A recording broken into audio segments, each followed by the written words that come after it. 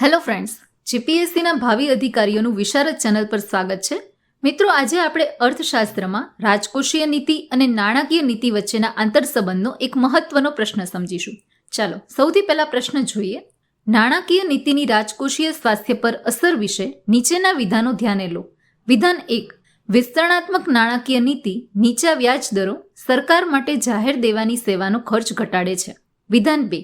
જો વાસ્તવિક વ્યાજ દર વાસ્તવિક જીડીપી વૃદ્ધિ દર કરતાં ઓછો હોય તો જાહેર દેવાથી જીડીપી ગુણોત્તર આપમેળે ઘટવાનું વલણ ધરાવે છે. મિત્રો, અહીં બે વિધાનો આપેલા છે. આ બે વિધાનોમાંથી કયા વિધાન સાચા છે તે જણાવવાનું છે.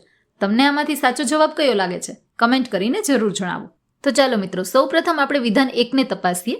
વિધાન 1ની સત્યતા તપાસવા માટે વિસ્તરણાત્મક નાણાકીય નીતિ એટલે શું તે ખબર હોવી જોઈએ. તો જ્યારે આરબીઆઈ અર્થતંત્રમાં નાણાંનો પુરવઠો વધારવા માંગે છે ત્યારે તે વ્યાજ દરોમાં ઘટાડો કરે છે. આને જ આપણે વિસ્તરણાત્મક નાણાકીય નીતિ અથવા ઇઝી મની પોલિસી કહીએ છીએ.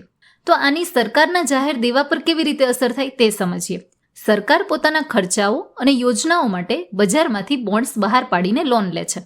આ લોન પર સરકારે સમયાંતરે વ્યાજ ચૂકવવું પડે છે, જેને ડેપ્ટ સર્વિસિંગ કહેવાય છે. જ્યારે દેશમાં વ્યાજ દરો નીચા હોય છે ત્યારે સરકારને ઓછા વ્યાજ દરે નવી લોન મળી રહે છે.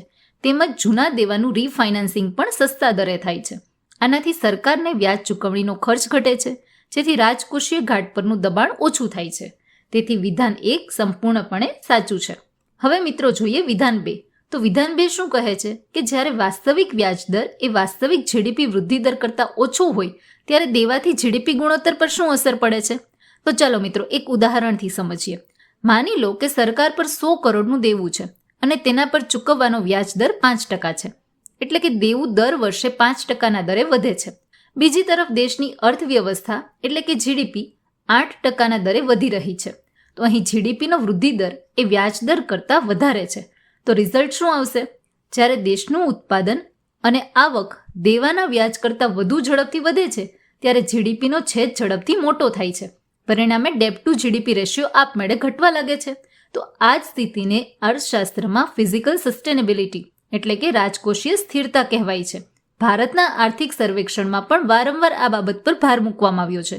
ભારત માટે જીડીપી વૃદ્ધિ દર વાસ્તવિક વ્યાજ દર કરતાં વધારે હોવાથી ભારતનું જાહેર દેવું સતત નિયંત્રણમાં રહી શકે છે. તો તેથી વિધાન 2 સંપૂર્ણપણે સાચું છે. તો મિત્રો, બંને વિધાનો સાચા છે એટલે આપણો સાચો વિકલ્પ થશે ઓપ્શન સી, 1 અને 2 બંને. તો મિત્રો, તમને આ બંને જ આર્થિક સંકલ્પનાઓ સરળતાથી સમજાઈ ગઈ હશે. મિત્રો, યાદ રાખો કે જીપીએસસી કે અન્ય કોઈ પણ સ્પર્ધાત્મક પરીક્ષાઓમાં વિભાવનાત્મક સ્પષ્ટતા વધુ મહત્વની છે. જો તમને આ વિડીયો ગમ્યો હોય તો લાઇક અને શેર જરૂર કરો અને અર્થશાસ્ત્રના આવા જ અઘરા વિષયને સરળ ભાષામાં શીખવા માટે અમારી ચેનલને સબસ્ક્રાઇબ કરો. મળીએ છીએ નવા વિડીયોમાં એક નવા કન્સેપ્ટ સાથે. ત્યાં સુધી વાંચતા રહો, આગળ વધતા રહો. All the best. Thank you so much.